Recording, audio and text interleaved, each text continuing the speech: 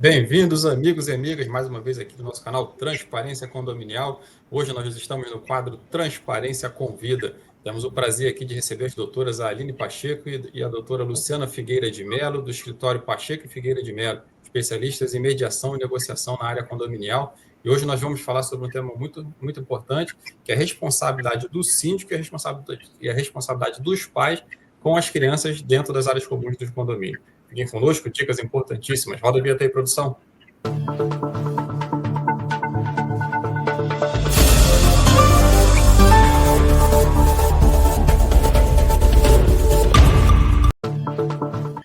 Olá, sejam todos bem-vindos. É mais um prazer, né, tê-los aqui no nosso canal Transparência Condominial, no quadro Transparência Convida, que é justamente o que o Arnaldo aí falou antes da gente da entrada, né? São profissionais que trazem aqui suas experiências, né, seu dia a dia no condomínio, para a gente poder acrescentar aí, né, profissionalmente algumas dicas e alguns assuntos, né, da vida condominial, da administração, enfim.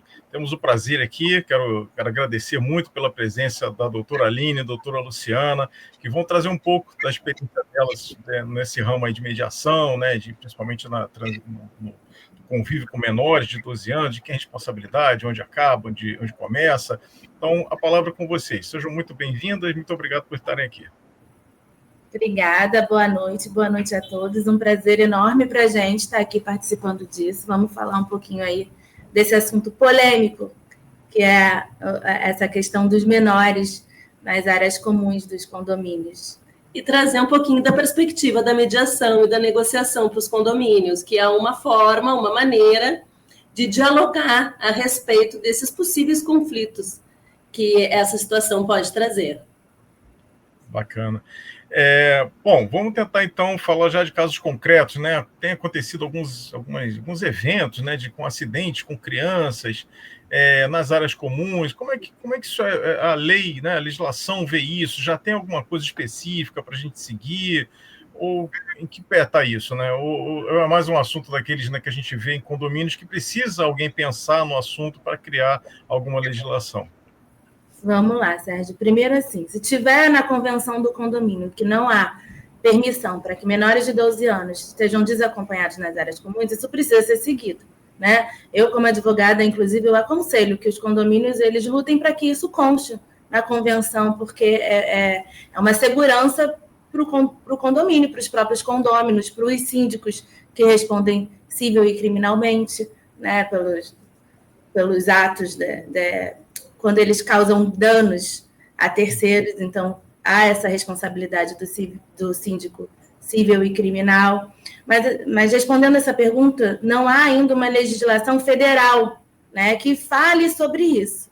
Então, nós temos aí o Código Penal, que fala sobre o abandono, no artigo, acho que é o artigo 196, fala sobre o 138 do Código Penal, ele fala sobre o abandono de menores. Então, assim, a gente pode entender, se o menor de 12 anos está desacompanhado, pode configurar aí um abandono, e esse pai pode responder por o crime de abandono, né? Nós temos aí, com relação a elevador, no município do Rio de Janeiro, nós temos uma legislação que fala que menores de 10 anos não podem andar desacompanhados. O Estado do Rio até tentou fazer uma legislação onde aumentava um pouco para menores de 12 anos a proibição, né, de andar desacompanhado nos elevadores, mas a legislação era de 2020, foi considerada inconstitucional. Então, hoje vale aqui para o Rio, com relação a elevador, que também é uma área comum, a proibição de menores de 10 anos desacompanhados. Mas, para além disso, nós temos aí a ABNT, que também regula essa questão dos elevadores e que fala de a proibição de menores de 12 anos desacompanhados e que vale. A ABNT regula de forma, né, federal. Então, não é só aqui para o Rio. Aí a gente tem algumas legislações que tratam um pouco disso. Nós temos o Estatuto da Criança e do Adolescente, que também fala da responsabilidade de cuidado dos pais e traz a criança como menor de 12 anos, especificamente. Então, assim, a nossa legislação ela vai fazendo um desenho dizendo que crianças menores de 12 anos a gente precisa ter cuidado, né? O ideal é que não se deixe livre, porque se acontecer alguma coisa, os pais serão responsabilizados e os síndicos também, dependendo do caso. Porque, como eu falei, os síndicos respondem civil e criminalmente. Então, se há um acidente, né? Um acidente na piscina, grave, onde lá, por acaso, tinha um pedaço quebrado, um piso mais escorregadio, onde o síndico tinha aquele dever de cuidar daquilo ali, ou de, pelo menos, de chamar a empresa de manutenção e estar ali de olho nessa empresa. Ele responde também por quem ele contrata, ele tem responsabilidade de cuidar, né, da empresa que ele contrata, de fiscalizar, quero dizer.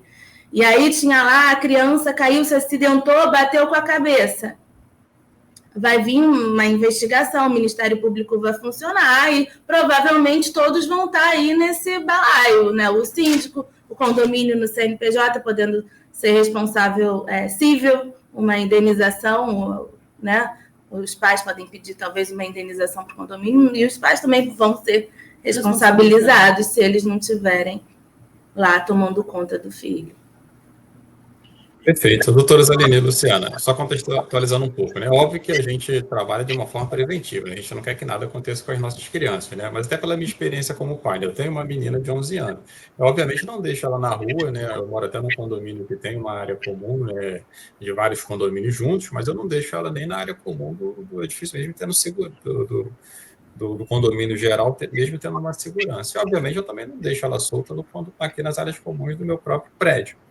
Né? Até como você falou, tem a questão de piscina, mas tem toda uma questão envolvida aqui, que, por exemplo, a gente tem uma lanchonete aqui dentro, e essa lanchonete utiliza o serviço de entregas. E aí vem os entregadores, eles acessam o prédio para buscar essas refeições para levar para a área externa. Então, quer dizer, é óbvio, né? A gente, como pais, a gente tem que também tem que preservar os nossos próprios filhos. Então, mesmo que eu vá na piscina com ela, a gente faz aquela verificação, né, geral. Então, estou dizendo isso por quê? Contextualizando, porque a gente sabe que os pais têm uma responsabilidade, mas também a gente tem que olhar para dentro do nosso próprio condomínio. Então, cada vez mais a gente fala, né, os condôminos têm que se interessar ali pelo seu edifício, pelo seu condomínio, pela gestão, porque eles não estão ali olhando só o que está funcionando pelo lazer deles, mas tem que prestar atenção na segurança. Os síndicos também estão cumprindo o papel dele nessa área de segurança mesmo. E aí a gente pensa muito nas nossas crianças. Então, tem essa questão da responsabilidade dos pais e a gente está fazendo esse olhar, né, para ver até onde, né, os pais são responsabilizados e a administração condominial pode ser responsabilizada também. Diante disso, a gente aqui sempre pauta aqui nossa linha aqui de raciocínio, e o síndico deve se cercar de profissionais para estar auxiliando ele, né? Obviamente o síndico ele tem uma expertise, mas ele é mais generalista na maioria das vezes. E aí ele se cerca de um profissional das áreas de segurança. Então a doutora deu exemplo ali, falou de elevadores, né? Então a empresa de elevadores tem que estar sempre sendo consultada sobre as normas que devem ser seguidas, os laudos que devem estar em dia, e assim como as diversas áreas, segurança, piscina. Eu acho que é por aí, né? Acho que o síndico tem que se cercar de profissionais e tem que estar atento aí a estar com tudo em dia, né? Principalmente os laudos obrigatórios. Acho que é um bom começo. Fala um pouquinho para a gente. É exatamente isso, porque o síndico ele tem responsabilidade por quem ele contrata, pela empresa que ele está contratando ali para servir ele, né? Para fazer essas manutenções. Então, ele precisa estar ali exigindo a documentação, se a empresa está registrada certinha, se a empresa segue as normas, se a empresa paga imposto, né? Se os funcionários dessa empresa são registrados, né? Então, assim, o trabalho do síndico ele não é fácil e a responsabilidade do síndico é grande. Então, ele precisa estar sempre atento a todos esses detalhes e ele precisa cobrar das empresas essa documentação, esses registros, a legislação né, a conversar. Eu acho que hoje em dia nós aqui somos muito... a gente tem uma visão muito ampliada, assim, de gestão de conflitos, né? Então a gente acha que deve haver assim de chamar para um diálogo, né? De fazer perguntas, né? Assim, um ponto importante, desculpa te interromper, Luciana, é que assim o síndico está lá fazendo uma boa administração. Ninguém vai lá e bate palma para o síndico. Agora, acontece alguma coisa errada, A primeira pessoa que ouve, o nome que vão ouvir é o nome do síndico. Então, como a Luciana falou, é uma responsabilidade, de fato, muito grande. Como é que a mediação entra, né? Poderia entrar nessa proposta de solução de controvérsias? A mediação, ela é uma proposta de diálogo, tá? É uma dinâmica de diálogo. Por que ela, hoje em dia, se apresenta dessa maneira e está fazendo sentido para os condomínios? Por que hoje em dia os condomínios estão entendendo que é melhor chamar um mediador e resolver a situação daquele conflito, daquela controvérsia condominial ali dentro, a levar qualquer tipo de situação à justiça? Primeiro, porque é mais rápido. Segundo, porque é mais econômico. E terceiro, que você tem uma relação entre os condôminos que é uma relação continuada. Não é uma situação como, por exemplo, você sai na rua, você está distraído, bate no carro da frente, você sai, pega o telefone, conserta o carro dele e nunca mais vai ver na sua vida. Não. Você está morando em condomínio com aquela outra pessoa, né? E se você não tem uma perspectiva de sair daquele lugar, você tem uma relação continuada. E aí, como é que se dão essas relações continuadas dentro de um condomínio numa situação de conflito? Eu não falo com ele, eu não falo com ela, eu não dou bom dia, né? Então, assim, cria uma animosidade que não tem sentido algum. Quando as pessoas levam situações controversas para o judiciário, isso escala. Então, a possibilidade, a probabilidade de você ter harmonia dentro desse condomínio cai, né? É muito pouca a probabilidade de você ter uma convivência harmoniosa. Então, a proposta da mediação entra nesse lugar. Assim, um dos princípios fundamentais da mediação é a imparcialidade. Então, quem pode ser esse mediador? Qualquer pessoa que não tenha vínculo com um condomínio, que não esteja representando esse condomínio. Então, precisa ser um terceiro, que não conheça o João e o José, sabe? Então, é muito interessante, porque quando acontece uma situação conflituosa, vamos resolver esse conflito. Só que o conflito não é uma pessoa, né? O conflito é uma situação gerada pelas inter-relações humanas. Então, é sobre isso que a mediação atinge, é sobre isso que a mediação vem cuidar. E aí não só com os condôminos, né? Mas como a gente estava falando da relação com as empresas, né? Dos prestadores de serviços. E aí também há conflito entre o síndico e a empresa lá que prestou o serviço. Achou que não estava contente, ou ele está falando, olha, a minha documentação é essa, e o síndico está dizendo não. Várias coisas podem acontecer ali a nível de conflito nessa relação. E aí também entra a mediação. A mediação é um suporte, na realidade, né? Um grande suporte, que eu acho que hoje em dia, amparada pela lei da mediação, pelo Código de Processo Civil, né? Hoje em dia, o que você convenciona com o outro, ele é um termo exequível. O que isso quer dizer? Que você é capaz de executar e fazer com que aquilo se cumpra. Não é um simples acordo no fio do bigode. Né? Hoje em dia, a mediação já é uma política pública no Brasil. Então, por que não conversar? Por que a gente precisa judicializar? Às vezes é algo tão simples. Às vezes uma pessoa só quer um pedido de desculpa, sabe? E isso o judiciário não te traz. Ou entender a necessidade do outro, né? E às vezes a gente não está entendendo. Eu vou trazer aqui um exemplo que tem a ver com o nosso tema, que onde caberia também uma mediação, que chegou aqui para a gente, né, em forma de perguntas. O que eu faço? Foi o seguinte, era um condomínio na Barra da Tijuca, onde há uma proibição de menor de 12 anos frequentar a piscina desacompanhado. E o pai da criança, ele não queria ir para a piscina, ele não gosta de piscina, não vai para a piscina, e a criança queria ir para a piscina. E tinha essa proibição. O que o pai foi lá e fez?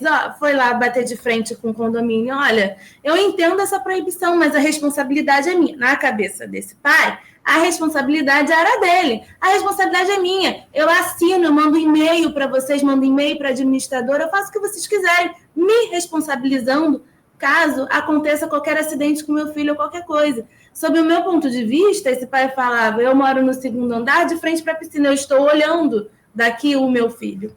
E o condomínio falou, não, há uma proibição, há toda uma responsabilidade do condomínio, do síndico, e a gente não vai aceitar isso. Fora que se eu abrir exceção para você, eu vou ter que abrir para vários. E começou essa discussão. E aí a gente falou, enquanto advogada, eu falei, não, acho que o condomínio, se eu fosse advogada desse condomínio, eu faria o mesmo. Mas eu acho que se tivesse uma mediação nesse condomínio e que eles pudessem sentar e conversar, isso poderia ter sido resolvido de uma outra forma.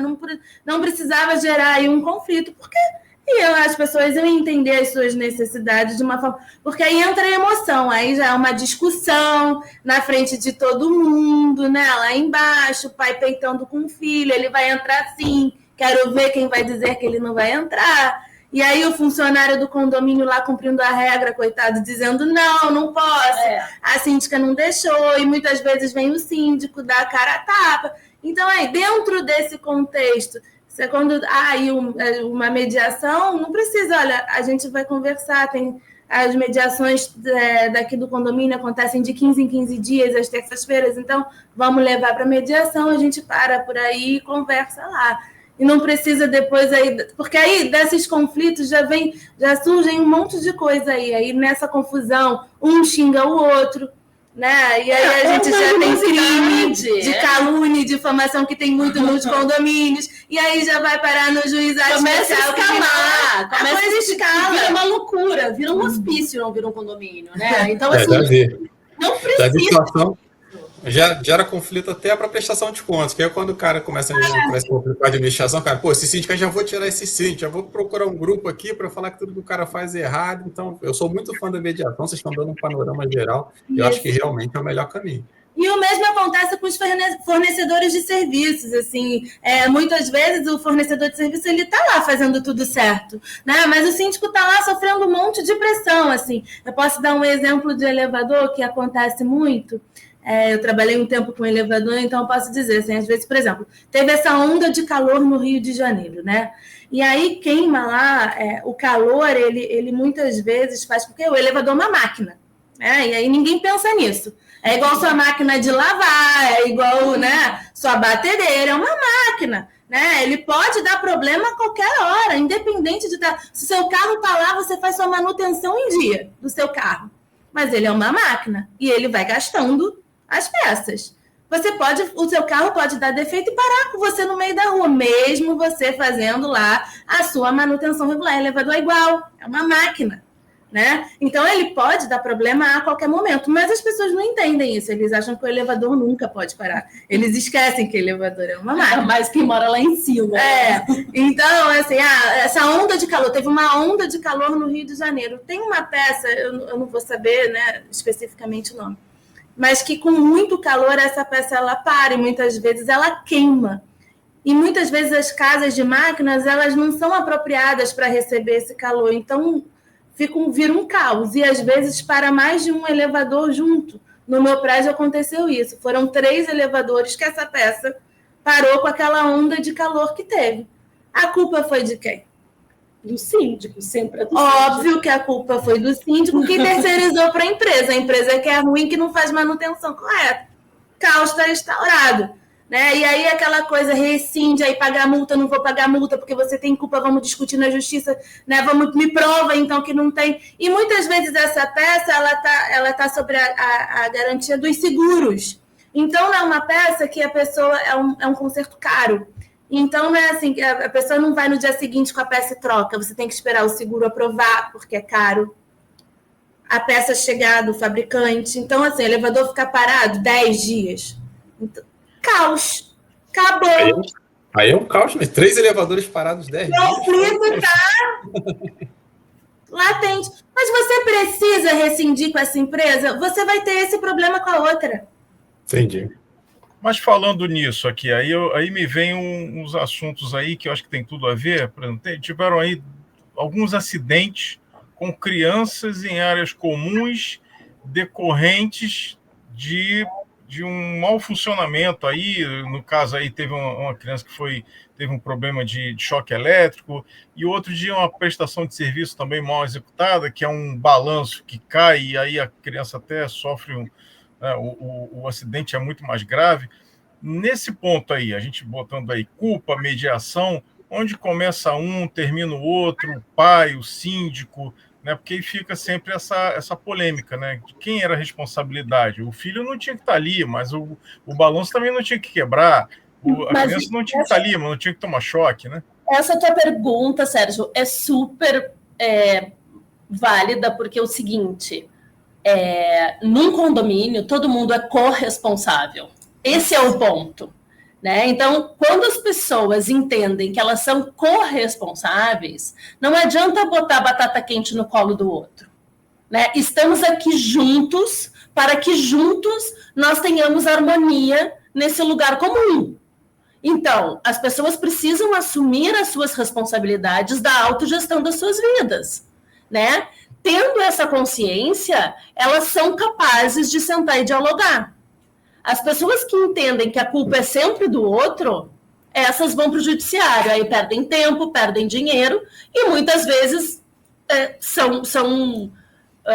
no final das contas, ainda são culpadas de alguma coisa que ela acredita que não seja. Então, o melhor caminho é sempre o diálogo. Sempre o diálogo, porque a partir do diálogo, você vai conseguir entender o ponto de vista da outra pessoa sobre o mesmo fato. Porque nunca vai ser igual. Cada um vê as coisas de uma maneira diferente.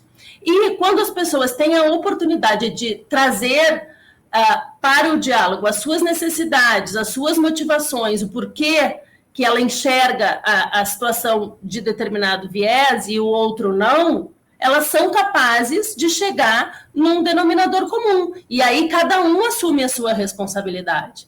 Então, a dinâmica da mediação é para isso, né? Para a gente trazer o diálogo, entender o ponto de vista do outro e trazer a autoconsciência. Porque imagina a trabalheira, nesse caso que você disse especificamente, todo mundo aí é corresponsável, como a Aline falou, né? E aí a gente vai levar para o judiciário, nós vamos depender de provas, né? Então a gente vai lá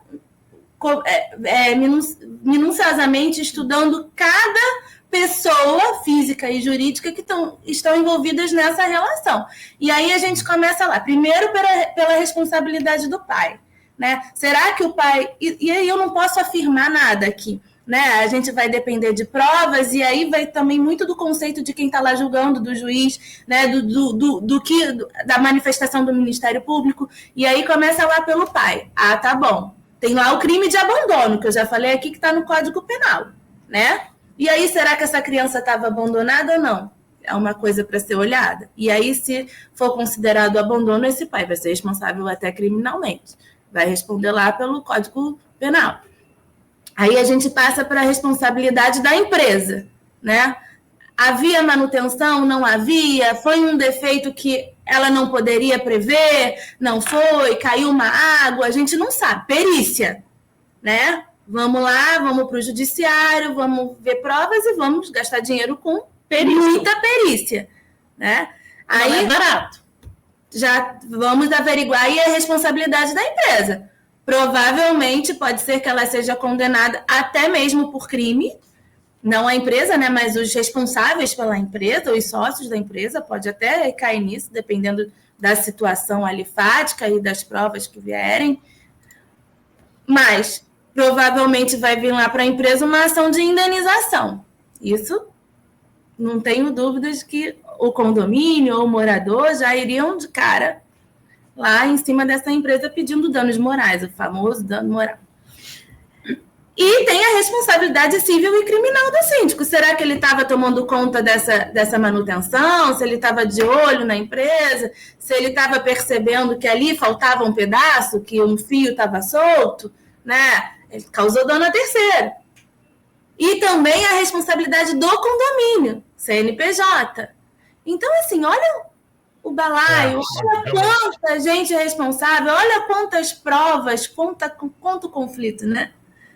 Aí me leva a uma curiosidade que eu acho que vai ser, que muito mais gente vai ter. Né? Por exemplo, aqui eu vou dar a nossa área. Né? A gente começou a atuar em condomínios com uma possível solução para um conflito, ou seja, uma prestação de contas mal sucedida, uma falta de explicação, não necessariamente estava errado, as pessoas não estavam entendendo, aí chamou a auditoria como uma espécie de solução para aquele conflito. Né?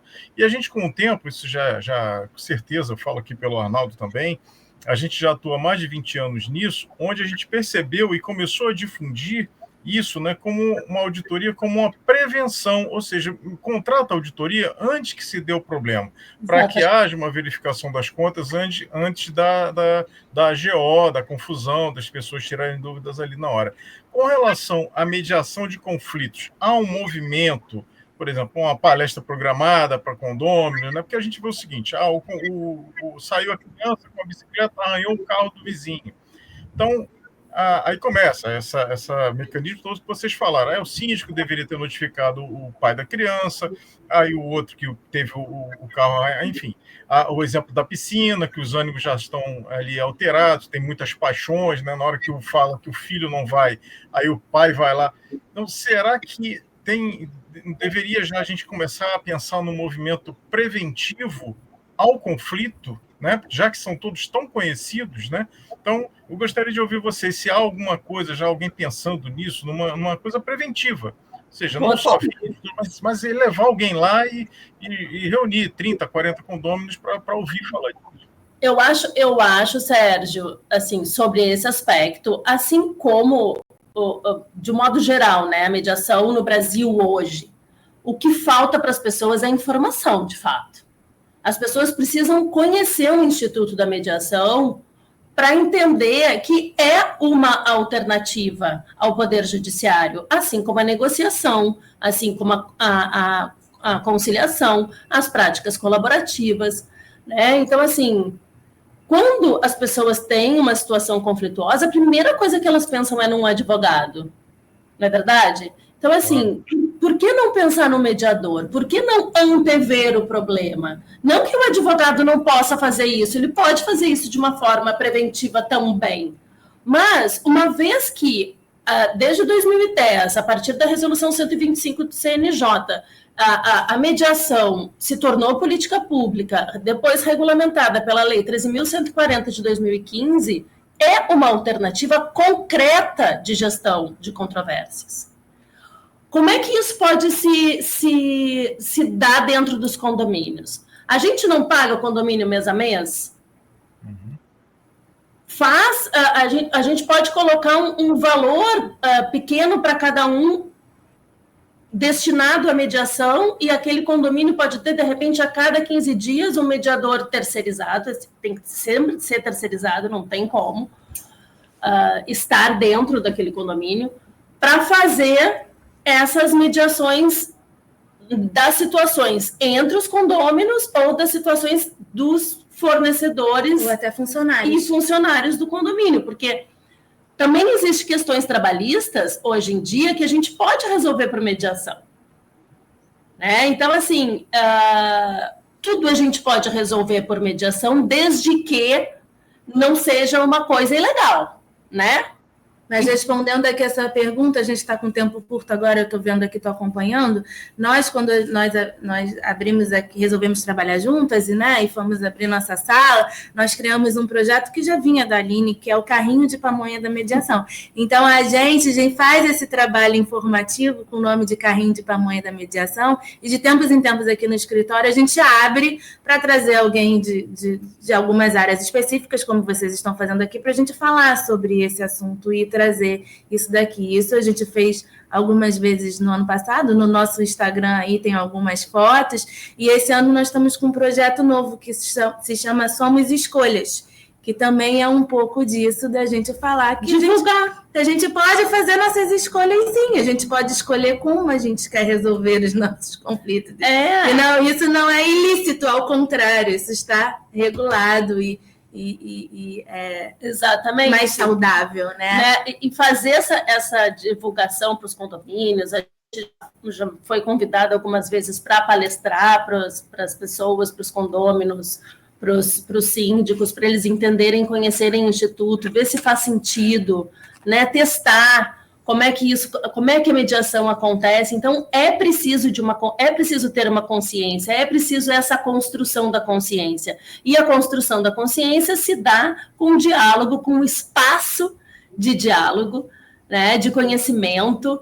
A partir das perguntas que nos chegam, a gente desenvolve ainda mais a possibilidade de aplicação do Instituto. Então, isso é muito relevante para a sociedade, porque traz a autorresponsabilidade e a gestão pelas próprias vidas, assim como permite que elas possam criar um projeto de futuro das suas vidas dentro de um condomínio, né? Por que eu preciso me limitar a uma briga? Por que eu preciso me limitar a escalar um conflito se eu vou conviver com aquela pessoa, pelo menos no meu intuito, por mais 20, 10, 15 anos?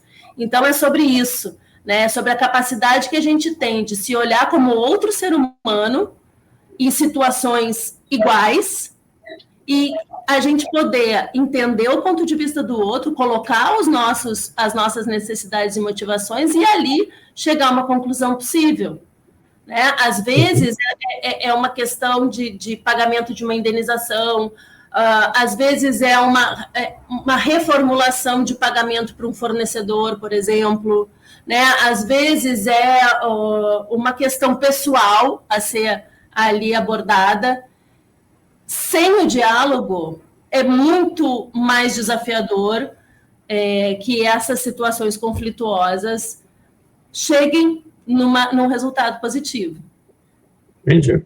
Não, doutora Zaline e doutora Luciana, eu acho que realmente a mediação, né, quer dizer, já vem sendo pensada, então, como um serviço permanente até para os empreendimentos, não é isso? Para preventivamente, talvez, evite esses conflitos e aí evita acidente, né? Lá fora, por exemplo, nos Estados Unidos, a mediação já é muito latente, assim, né? O advogado ele só é bom quando ele já tentou negociar e mediar antes de levar para o judiciário.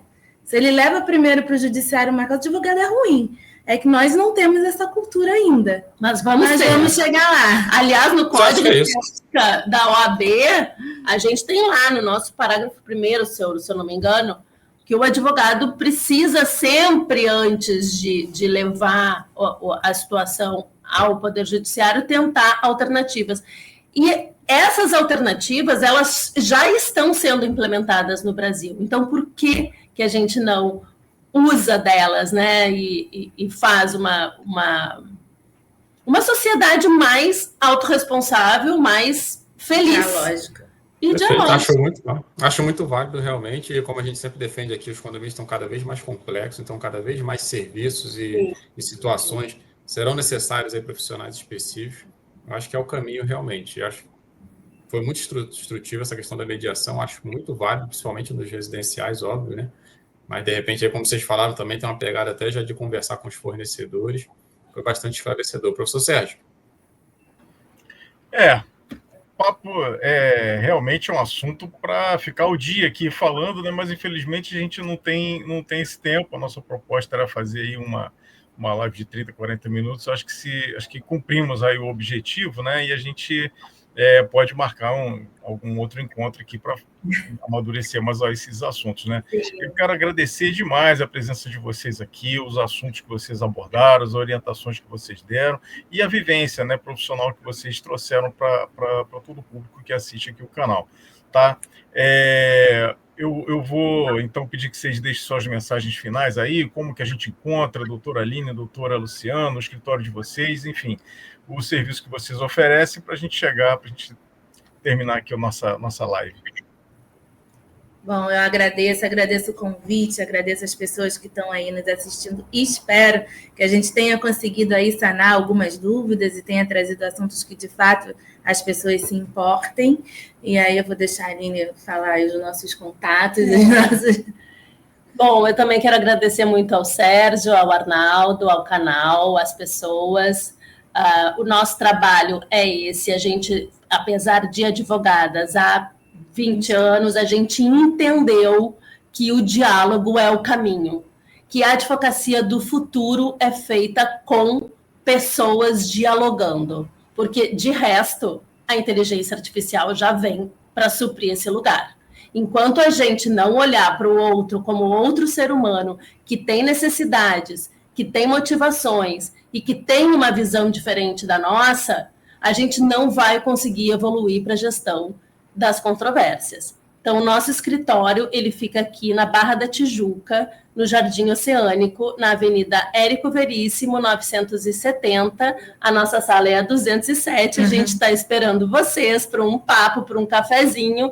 E a gente sempre gosta de esclarecer mais sobre o tema da mediação, dos métodos adequados ou alternativos de solução de controvérsias. Vocês podem nos seguir no Instagram, no @Pacheco e Figueira de Melo, com 2 L's.